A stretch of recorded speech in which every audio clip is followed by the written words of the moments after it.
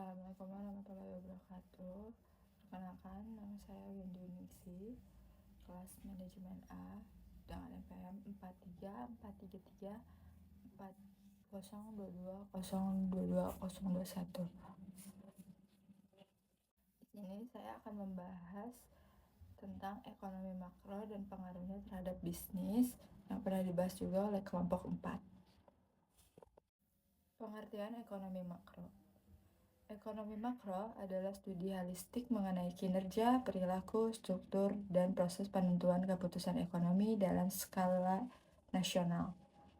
Jenis ekonomi satu ini juga mencakup perubahan dalam produk domestik bruto, PDB negara, ekspektasi, inflasi, pengeluaran, penerimaan, dan pinjaman pada tingkat pemerintah, kebijakan fiskal, pengangguran, hingga kebijakan moneter. Langkah-langkah ini dilakukan untuk mengetahui keadaan ekonomi, dirumuskan kebijakan sehingga kebijakan pada tingkat yang lebih tinggi. Singkatnya, pengertian ekonomi makro adalah untuk menganalisis seluruh industri dan ekonomi yang terjadi di suatu negara. Tujuan ekonomi makro yang pertama, meningkatkan pendapatan negara. Dengan adanya ekonomi makro, kita bisa mengetahui dengan jelas pendapatan nasional negara. Dari sini dapat terukur dengan jelas apakah perekonomian negara kita stabil atau tidak. Kebijakan ekonomi yang nantinya akan diambil pun bisa lebih efektif dan efisien. Yang kedua, mengatasi inflasi.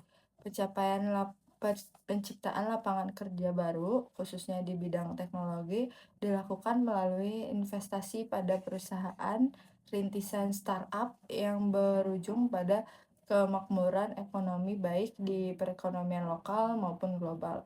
Yang ketiga, membuka lapangan pekerjaan. Tingkat pengangguran di dalam negara memberikan dampak yang kurang baik untuk kehidupan sosial dan beban ekonomi negara. Dengan keberadaan ekonomi makro beserta kebijakannya, pemerintah dapat mengurangi pengangguran hingga tingkat full employment. Artinya, pengaruh ekonomi makro mampu membuat pemerintah maupun swasta membuka lapangan pekerjaan.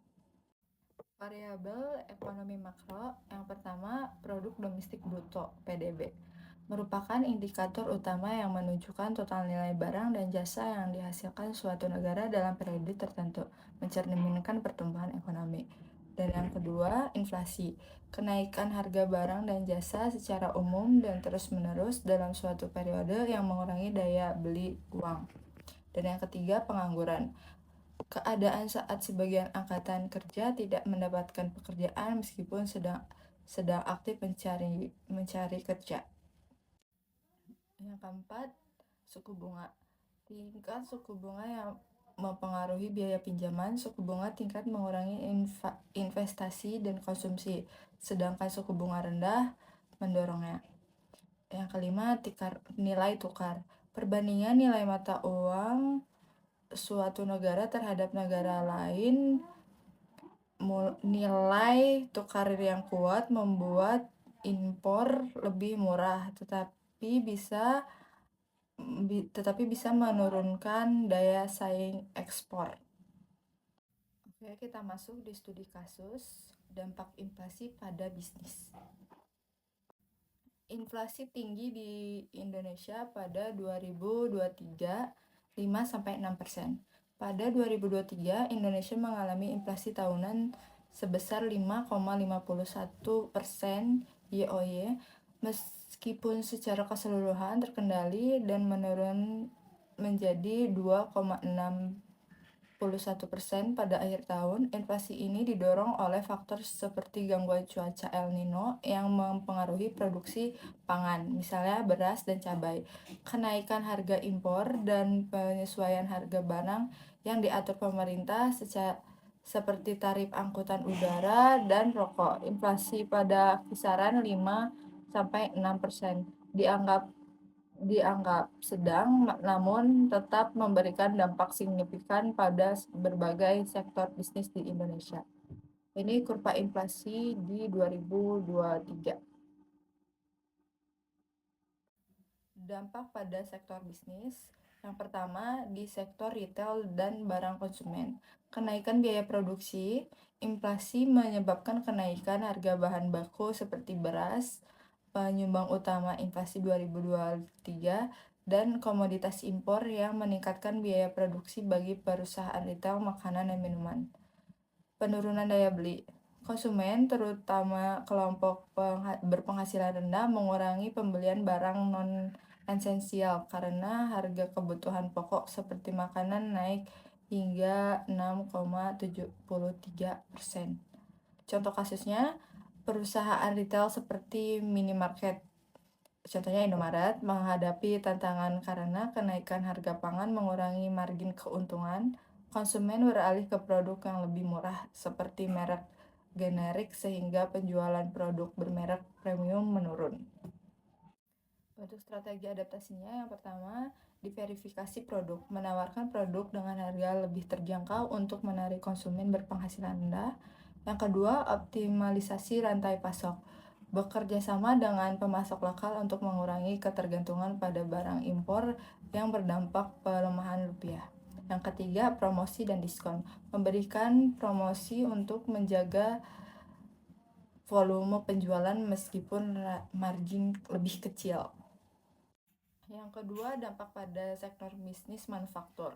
Biaya produksi meningkat, kenaikan harga bahan baku misalnya minyak goreng, gandum impor, dan biaya energi akibat inflasi memaksa produsen menaikkan harga jual yang dapat menurunkan daya saing. Penurunan permintaan. Konsumen yang tertekan inflasi mengurangi pembelian barang tahan lama, misalnya elektronik, furniture, mempengaruhi pendapatan perusahaan manufaktur. Contohnya, industri tekstil dan garmen menghadapi kenaikan biaya bahan baku impor, seperti kapas akibat depresial rupiah. Namun, eksportir tekstil diuntungkan karena produk mereka menjadi lebih kompetitif di pasar global. Untuk strategi adaptasinya, yang pertama, efisiensi produk, mengadopsi teknologi untuk mengurangi biaya operasional. Yang kedua, fokus pada ekspor, memanfaatkan pelemahan rupiah untuk meningkatkan ekspor ke pasar internasional. Yang ketiga, hedging mata uang, menggunakan instrumen keuangan untuk melindungi dari fluktuasi nilai tukar. Dampak pada sektor bisnis UKM, usaha kecil dan menengah. Keterbatasan modal. Kenaikan suku bunga oleh Bank Indonesia untuk mengendalikan inflasi membuat pinjaman lebih mahal, membatasi akses UKM ke modal untuk ekspansi. Penurunan penjualan. UKM yang bergantung pada konsumen lokal merasakan dampak penurunan daya beli, terutama pada produk non-esensial. Contoh kasusnya, warung makan kecil atau usaha kue tradisional menghadapi kenaikan harga bahan baku seperti tepung dan minyak goreng, sehingga terpaksa menaikkan harga atau mengurangi porsi yang beresiko kehilangan pelanggan. Untuk strategi adaptasinya, yang pertama, digitalisasi, menggunakan platform e-commerce untuk menjangkau pasar yang lebih luas dengan biaya pemasaran rendah. Yang kedua, produk alternatif, menawarkan produk dengan bahan baku lokal yang lebih murah. Dan yang ketiga, pemanfaatan bantuan pemerintah, memanfaatkan program bantuan pangan atau insentif pajak dari pemerintah untuk menjaga likuiditas. Kesimpulannya, ekonomi makro memiliki pengaruh besar terhadap operasional dan start bisnis. Variabel seperti produk domestik bruto, PDB, inflasi, dan suku bunga mencerminkan kondisi ekonomi yang dapat mempengaruhi permintaan pasar, biaya produksi, dan keputusan investasi. Oleh karena itu, pemantauan dan analisis makroekonomi sangat penting bagi dunia usaha bisnis yang adaptif dan mampu menyesuaikan strategi dengan dinamika ekonomi, memiliki peluang lebih besar untuk bertahan dan berkembang. Perencanaan strategis berbasis analisis ekonomi makro menjadi kunci untuk menghadapi tantangan dan memanfaatkan